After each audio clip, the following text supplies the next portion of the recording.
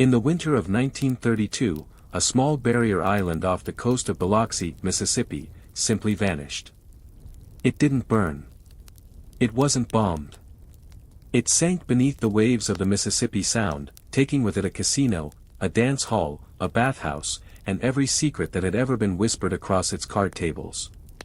For 6 years, that island had been known as the Isle of Caprice, a name almost too on the nose for what it was, a floating pleasure palace built specifically because the law couldn't reach it. Gamblers had ferried out to it by the boatload, laughing at the fact that Mississippi's sheriffs were standing on the shore, powerless, while roulette wheels spun just beyond their jurisdiction. And then the Gulf simply reclaimed it. No trial. No indictment. Just water, closing over everything. That strange, half-forgotten story is only one chapter in a much longer and much stranger saga, one that stretches from the outlaw card tables of the antebellum Mississippi River all the way to the glittering, landlocked casino resorts that still call themselves riverboats today, even though most of them have never left the dock. It's a story about how America found a loophole in its own morality. A story about how a nation that loved to gamble kept telling itself it didn't, and how it built an entire industry on a technicality. Stick around, because by the end of this you'll never look at a casino sign that says, Isle of Capri or President Casino, the same way again. To understand how any of this began, you have to go back to the early 1800s, when the Mississippi River wasn't just a body of water. It was the bloodstream of a growing nation. Steamboats churned up and down its length, hauling cotton, sugar, timber, and above all, people. Farmers heading to market. Merchants chasing fortunes. Planters with pockets full of cash and nothing to do for days at a time but sit in a gilded salon and wait for the next port. That combination, idle hours and idle money, was irresistible to a very particular breed of traveler. They called themselves gentlemen of leisure. Everyone else called them cardsharps. These men dressed like aristocrats. Fine coats, gold pocket watches, a practiced, disarming charm that put nervous travelers at ease before the cards ever hit the table. And that charm was the weapon. Marked decks, sleight of hand, hidden mirrors, and elaborate confidence schemes turned friendly games of poker and a French import called faro into something closer to armed robbery, minus the weapon. Passengers who thought they were killing time on a pleasant river cruise sometimes stepped off the boat having lost a year's wages, or a plantation deed, or, in the worst stories, everything they owned. For a while, river towns tolerated it. But tolerance has a breaking point, and Vicksburg, Mississippi, founded in the summer of 1835. Fed up with a string of swindles and violence tied to the professional gambling class, an armed mob rounded up a group of known cardsharps and, in one of the ugliest chapters of the era, hanged 5 of them in a single day. It's a brutal, uncomfortable piece of history, and it's an essential one, because it changed everything. The message to professional gamblers up and down the river was unmistakable: the towns are no longer safe for you. So the gamblers did something almost poetic in its irony. They didn't quit. They just moved onto the water. If the land wasn't safe, the river itself would become their turf, a floating no-man's land that shifted from one legal jurisdiction to another every few miles, always one step ahead of any single town's authority. This is the exact moment the riverboat gambler, as an American archetype, was truly born. Not as a folk hero, not yet, but as a hunted man who had turned his exile into an advantage. And for the next 25 years, right up until the outbreak of the Civil War, this became something like a golden age. The steamboats of that era were floating spectacles, dripping with chandeliers, hand-carved woodwork, and velvet upholstery, competing with one another to be the most opulent vessel on the water. Some of these races between boats got so competitive that crews pushed their boilers past safe limits, and more than one steamboat gambling salon went up in flames or exploded outright, a grim reminder that on the Mississippi, you could lose everything at the card table or lose your life just getting there. It's worth pausing here on something you might not expect. Modern poker, the game millions of Americans now play in casinos and on television every single day, effectively grew up on these boats. Historians trace poker's rapid evolution and spread directly to this riverboat culture of the early 1800s, as the game absorbed new rules, a full 52-card deck, and eventually the draw and stud variations we'd recognize today. So the next time you watch a World Series of Poker final table, you're watching the great-great-grandchild of a game perfected by con men trying to separate frightened travelers from their life savings on the Mississippi River. But the golden age couldn't last. The Civil War tore the steamboat economy apart. Union gunboats and Confederate raiders had little use for floating pleasure palaces, and many of the grandest steamboats on the river were requisitioned, sunk, or simply left to rot at their moorings while the country tore itself apart. When the war finally ended, the gambling didn't disappear so much as it scattered. It rode the railroads west, following miners, cowboys, and speculators into the boomtowns of the American frontier, where a poker table could be found in the back of practically every saloon from Deadwood to Dodge City, surrounded by prospectors, lawmen, soldiers, and the occasional outlaw, all chasing the same old promise that a bad hand could still turn into a fortune with the right amount of nerve. By the closing decades of the 19th century, though, the mood of the country had started to shift. Towns that had once tolerated gambling as simply part of frontier life began passing ordinances against it, less out of concern for gambling itself and more out of a desire for respectability, a wish to be seen as settled, civilized communities rather than lawless outposts. State after state passed laws criminalizing professional gambling, chasing it into back rooms, private clubs, and eventually, for much of the 20th century, into the shadows entirely. The riverboat gambler, once a genuine and dangerous figure on America's waterways, slowly calcified into something else, a legend. A stock character in dime novels and, later, in Hollywood westerns, remembered fondly precisely because he was no longer around to actually rob anyone. Except, that is, on the water. Because there was always a strange, persistent idea in American law that what happened on a boat, technically floating, technically in motion, existed in a kind of gray zone the authorities struggled to fully close. And nowhere does that gray zone come more vividly to life than on that little sand spit off the coast of Biloxi in the 1920s. Picture this. It's 1926. Prohibition is the law of the land. The country is dry, at least on paper, and casino gambling is illegal almost everywhere in the United States outside of a handful of jurisdictions. And yet, just a few miles off the Mississippi coast, 3 local businessmen quietly build a resort on a remote, uninhabited barrier island called Dog Key. They rechristen it the Isle of Caprice. A casino. A dance hall. A bathhouse. Even a small landing strip for private planes flying in wealthy patrons from New Orleans and beyond. It operated almost completely in the open for years, a functioning jazz-age casino resort hiding in plain sight, because it sat just far enough offshore that Mississippi's gambling laws were nearly impossible to enforce against it. Boats ferried tourists and gamblers out from Biloxi day and night. For a brief, glittering moment, it was one of the most talked-about resorts on the Gulf Coast. Then nature did what the law couldn't. Coastal erosion had been quietly eating away at Dog Key for years, and by 1932, the island had shrunk so dramatically that it simply could no longer support the buildings on it. The Isle of Caprice slipped into the Mississippi Sound and was gone, an entire illegal casino resort erased not by a raid or a prosecutor, but by the tide. That wasn't the end of Gulf Coast gambling, not by a long shot. Even after the Isle of Caprice sank, illegal slot machines and card games kept humming along in hotel lounges up and down Highway 90 in Biloxi for decades, an open secret that local officials mostly winked at, right up until Hurricane Katrina tore through the coast in 1969 and finally shut that underground era down for good. But the deeper lesson of the Isle of Caprice stuck around in the culture, even if nobody could have named it at the time. Water was a loophole. Water was where American gambling had always gone to hide from American morality. And 6 decades later, an entire industry would be built on rediscovering exactly that idea, this time completely legally. For most of the 20th century, though, legal casino gambling in the United States was almost unthinkably narrow. Nevada legalized it back in 1931, and for nearly half a century, it stood essentially alone. New Jersey broke that monopoly in 1976, bringing casinos to Atlantic City. And then, gambling expansion nearly stalled out again, until an unlikely state entered the picture. Not a desert. Not a boardwalk town. Iowa. By the late 1980s, large stretches of Iowa's Mississippi River towns were economically hurting.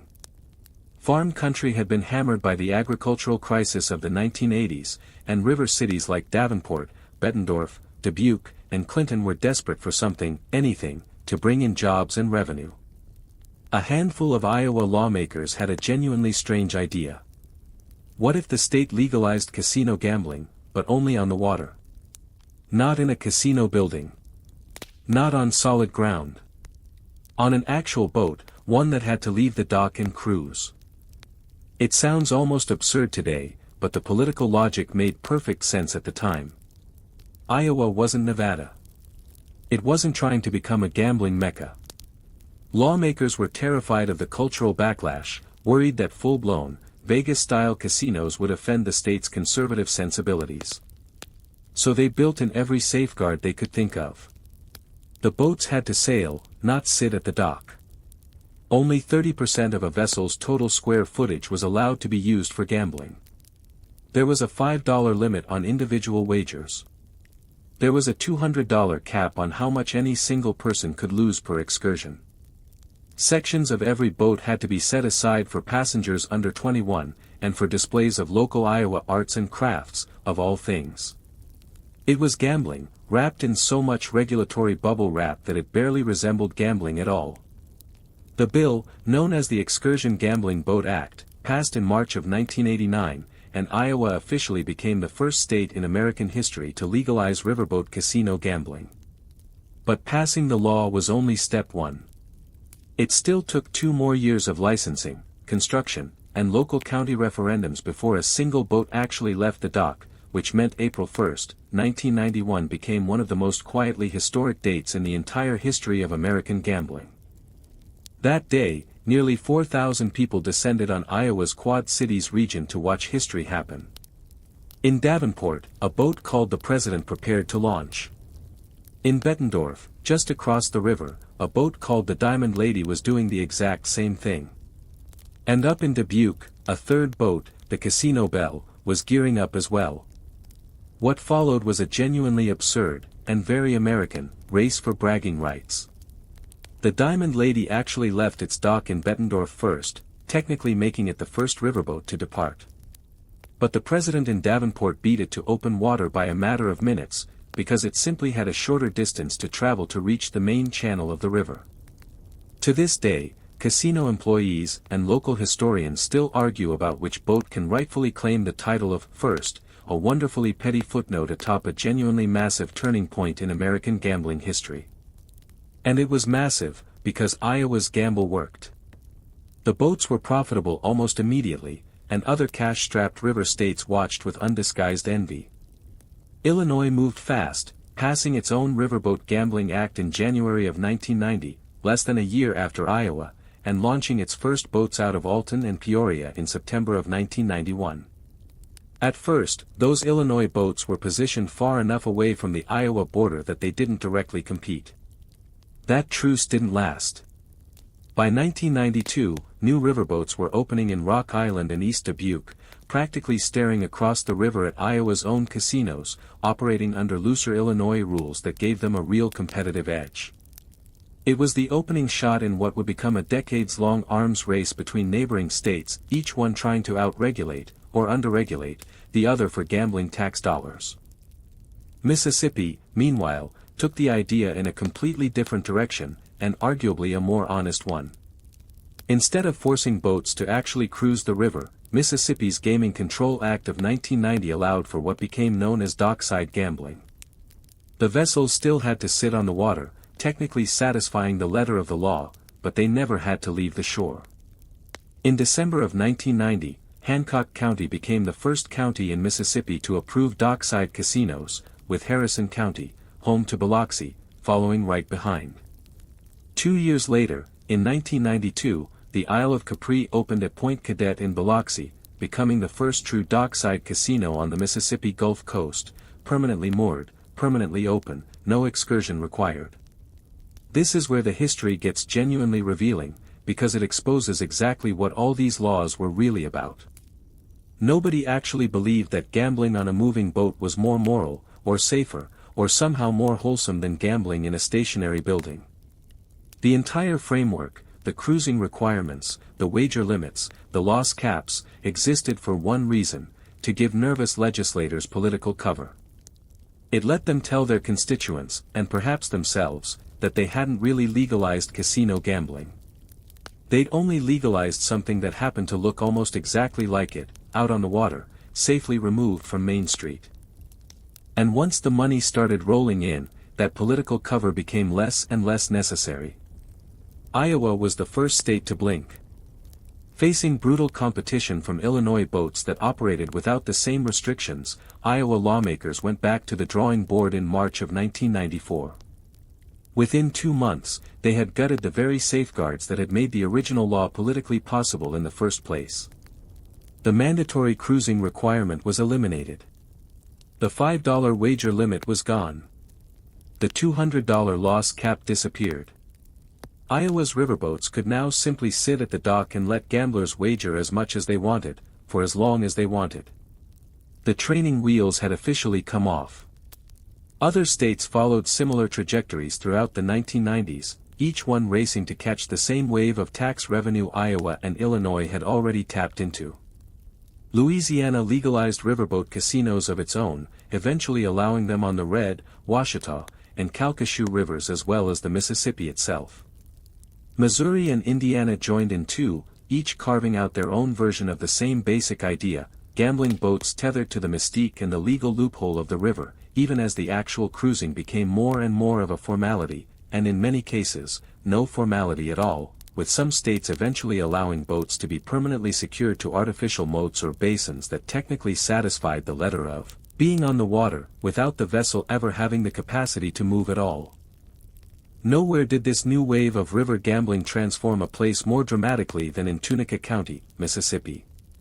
In the years just before Mississippi's 1990 law, Tunica had the grim distinction of being one of the poorest counties in the entire United States, a place a national news broadcast had once singled out for its deep rural poverty. Within a few years of its first riverboat casino opening along the Mississippi River, Tunica had transformed into one of the largest casino markets in the entire country, pulling gamblers up from Memphis and across 3 states, and pouring hundreds of millions of dollars into a county that had previously struggled to keep its schools funded. It became, almost overnight, the clearest possible proof of what these river laws could do for a struggling local economy, and it gave every other cash-strapped legislature in the country one more reason to take Iowa's strange little experiment seriously. But if you want to understand the moment the riverboat casino, as an actual boat, finally died for good, you have to go back to the Mississippi Gulf Coast, and to one of the most devastating storms in American history. On August 29, 2005, Hurricane Katrina made landfall along the coastline where Biloxi's casinos sat. All 13 hotel casinos along the Mississippi coast were damaged or outright destroyed. Storm surge tore through the barges these casinos were built on, ripping walls away, and in some of the most surreal images to come out of the entire disaster, tossing massive casino barges completely out of the water and depositing them on dry land, sometimes on top of highways, sometimes crashing directly into nearby hotels. It was, in the cruelest possible way, the final proof of concept for an argument that religious and conservative lawmakers had been losing for over a decade. The entire premise of Mississippi's original law, that casinos belonged on the water, had just gotten roughly 14,000 people out of a job and turned an entire regional industry into wreckage. Just over a month after the storm, in a special legislative session, Governor Haley Barbour signed a bill allowing Gulf Coast casinos to rebuild up to 800 feet inland, on solid ground, for the first time in Mississippi history. The law didn't touch the older riverboat casinos still operating along the Mississippi River itself, in places like Tunica, Vicksburg, and Greenville, which continued, and in some cases still continue today, to sit on barges over the water. But along the coast, the riverboat era was effectively over. The casinos that rebuilt weren't boats anymore.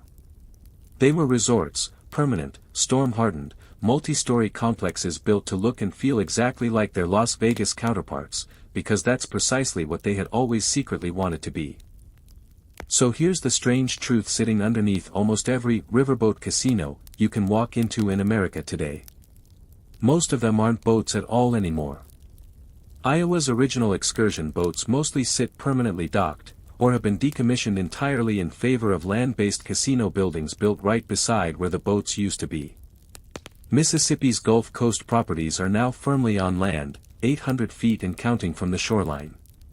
Illinois, Missouri, Indiana, and Louisiana all eventually loosened or eliminated their own cruising and gaming vessel requirements over the years that followed, chasing the same competitive pressure that had unraveled Iowa's rules back in 1994. The word riverboat survives mostly in casino names, in marketing, in the nostalgic paddle wheel logos stamped on chips and matchbooks, a kind of branding fossil left over from a legal fiction that nobody needs anymore. And yet the fiction mattered enormously while it lasted. It's the reason an economically struggling stretch of the Quad Cities got a multi-billion-dollar tourism industry it never would have gotten otherwise. It's the reason small, faded river towns like Tunica, Mississippi, once one of the poorest counties in the entire United States, transformed almost overnight into a regional casino destination pulling in visitors from 3 states. It's the reason so much of the modern American casino map still traces the exact contours of the Mississippi and Ohio rivers, echoing almost precisely the same waterways that cardsharps once worked in the 1830s, nearly 2 centuries earlier. The location never really changed. Only the legal costume did. There's something almost eerie about that continuity, when you sit with it for a moment. The same river that carried gamblers fleeing a lynch mob in Vicksburg in 1835 is, in a very real sense, the same river that carried Iowa's excursion gambling boat act to political viability 154 years later. The same coastline that hid an illegal casino on a sinking island in the 1920s is the same coastline where Mississippi finally admitted, after a hurricane forced its hand, that the water had never really been the point. The water was never about morality, or safety, or wholesome family entertainment. The water was always about jurisdiction. About just enough legal distance to let a nervous legislature, and a nervous public, look the other way while the cards kept getting dealt. Today, when you walk onto the casino floor of a place still calling itself the Diamond Joe, or the President, or the Isle of Caprice, you're standing at the end of a very long, very American story about the lengths a country will go to get exactly what it wants, while still telling itself a comforting story about who it is. The paddle wheel on the sign might not turn anymore. The boat, if there even still is one, might never leave the dock again. But the current that carried it there, out of Vicksburg's gallows, off the sinking sands of Dog Key, through Iowa's cornfields and Mississippi's storm-battered coast, is still running underneath it all, exactly the way it always has. So here's the question worth sitting with. Nearly every one of these laws started the exact same way, strict, cautious, wrapped in limits nobody really believed in, and every single one of them eventually got stripped away the moment the money got big enough. Do you think that's just how American gambling law works, or is that really how almost all American regulation eventually goes, no matter what it's regulating? Let me know what you think in the comments.